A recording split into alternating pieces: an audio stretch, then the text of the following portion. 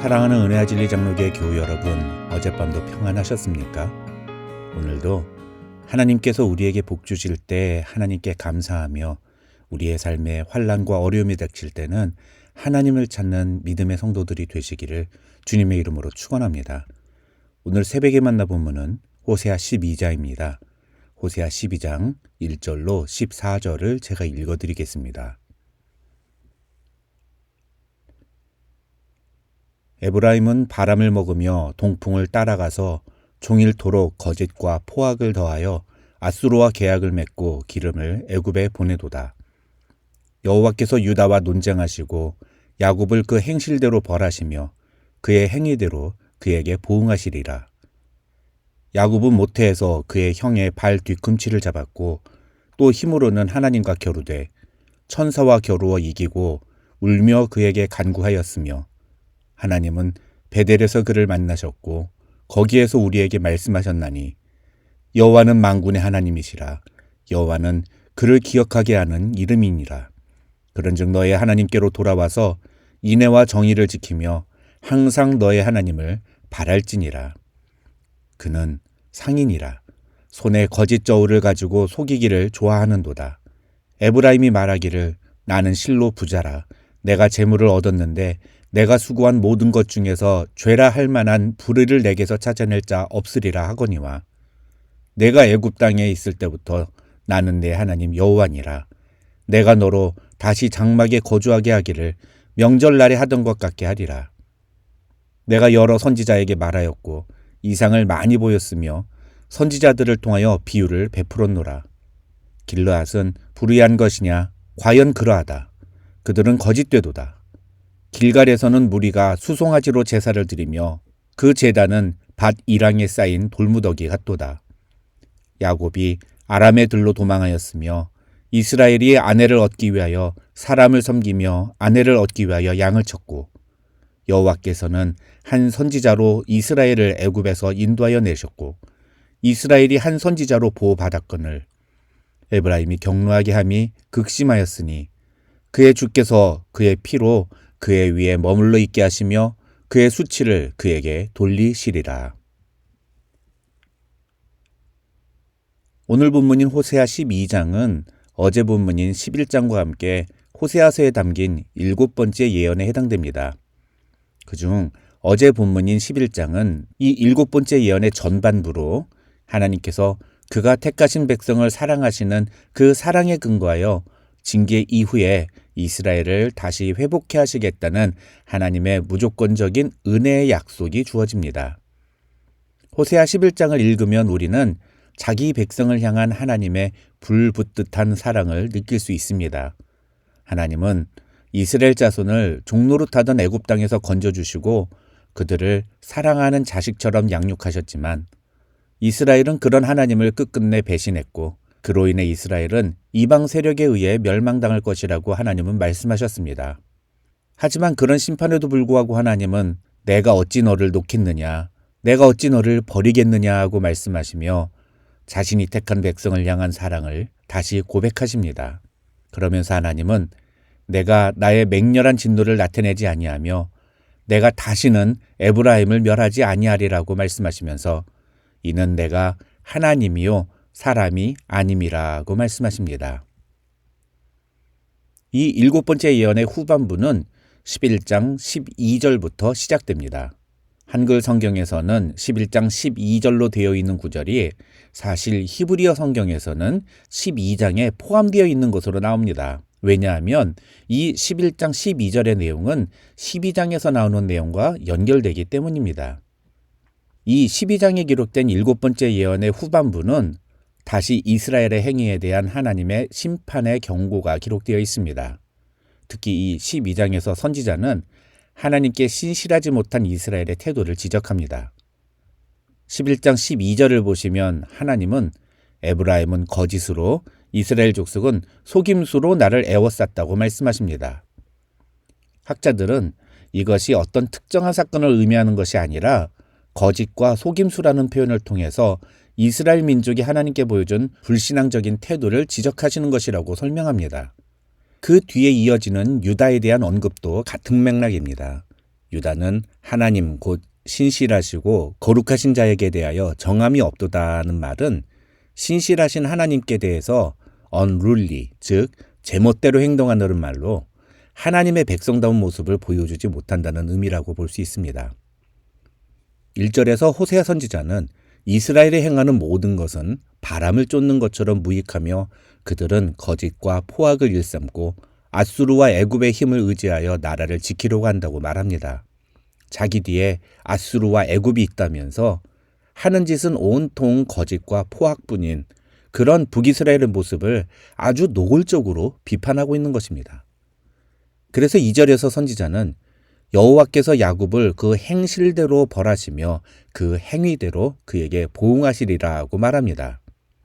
여기서 이제까지 에브라임 또는 이스라엘이라는 이름으로 불렀던 북이스라엘을 야곱이라고 표현한 것은 인생 그 자체가 거짓말의 연속이었던 야곱의 생애를 가지고 북이스라엘을 비판하는 선지자의 의도가 담긴 표현이라고 볼 수 있습니다. 6절에서 선지자는 북이스라엘 백성들을 향해서 그런즉 너의 하나님께로 돌아와서 인애와 정의를 지키며 항상 너의 하나님을 바랄지니라고 권면합니다. 이 말은 1절에서 선지자가 비판한 그 잘못된 태도를 버리고 하나님의 백성다운 모습을 보이라는 뜻입니다. 그렇다면 하나님의 백성다운 모습이란 어떤 모습일까요?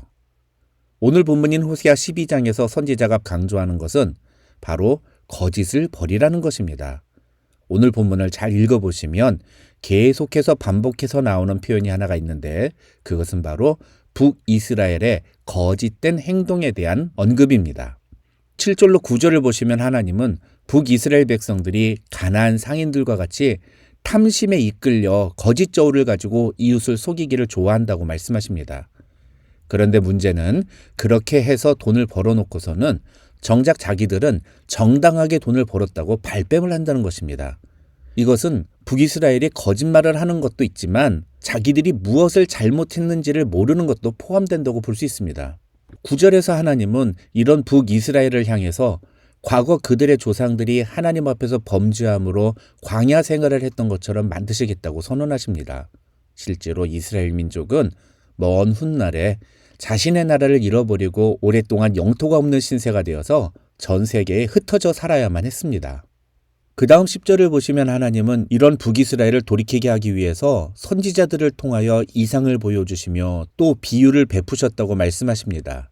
그런데도 불구하고 길르앗 즉 북이스라엘은 죄악이 가득 차서 거짓된 제사를 드리며 하나님의 경고의 메시지를 듣지 않았다고 11절에서 말씀하십니다.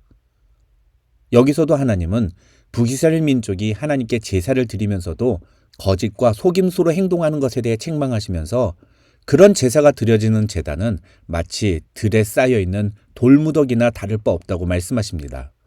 학자들은 이 표현이 앞으로 북이스라엘의 제단이 들에 있는 돌무더기처럼 황폐해질 것이라는 의미라고 해석하기도 합니다. 하지만 또 어떤 학자는 밭에 놓여있는 돌무더기들처럼 하나님의 뜻을 이루는데 장애물이 될 것이라는 의미라고 설명하기도 합니다.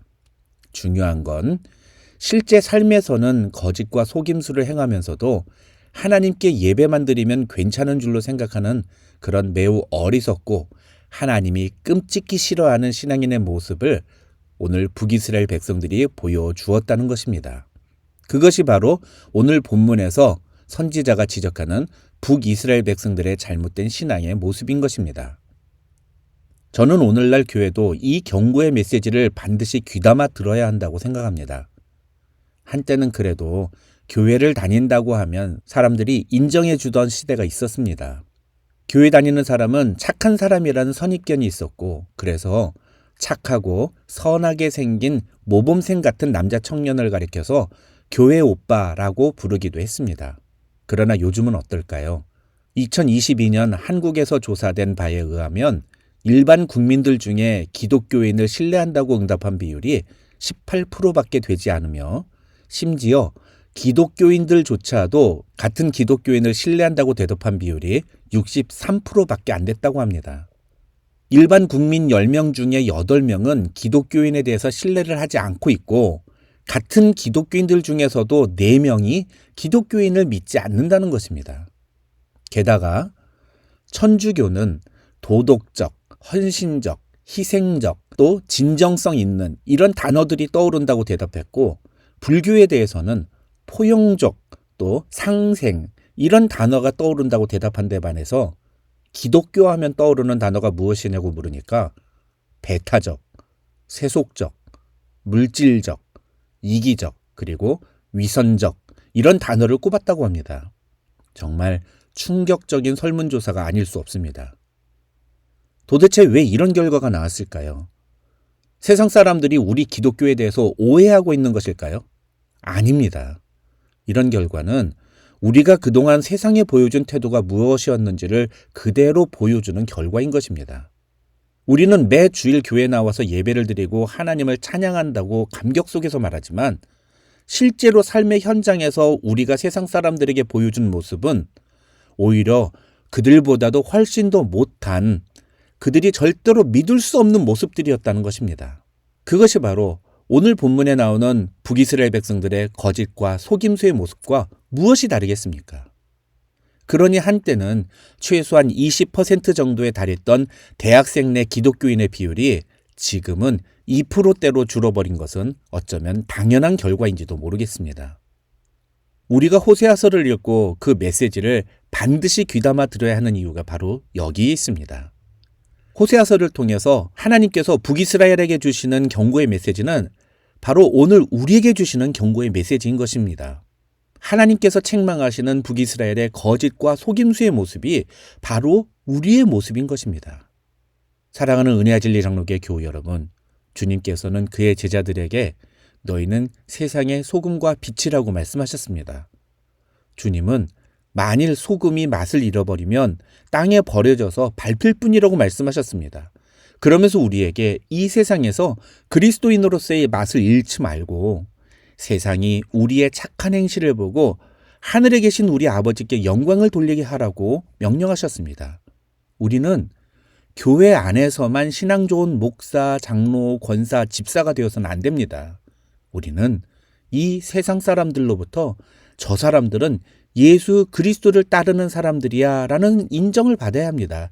그것이 바로 크리스찬의 정의인 것입니다.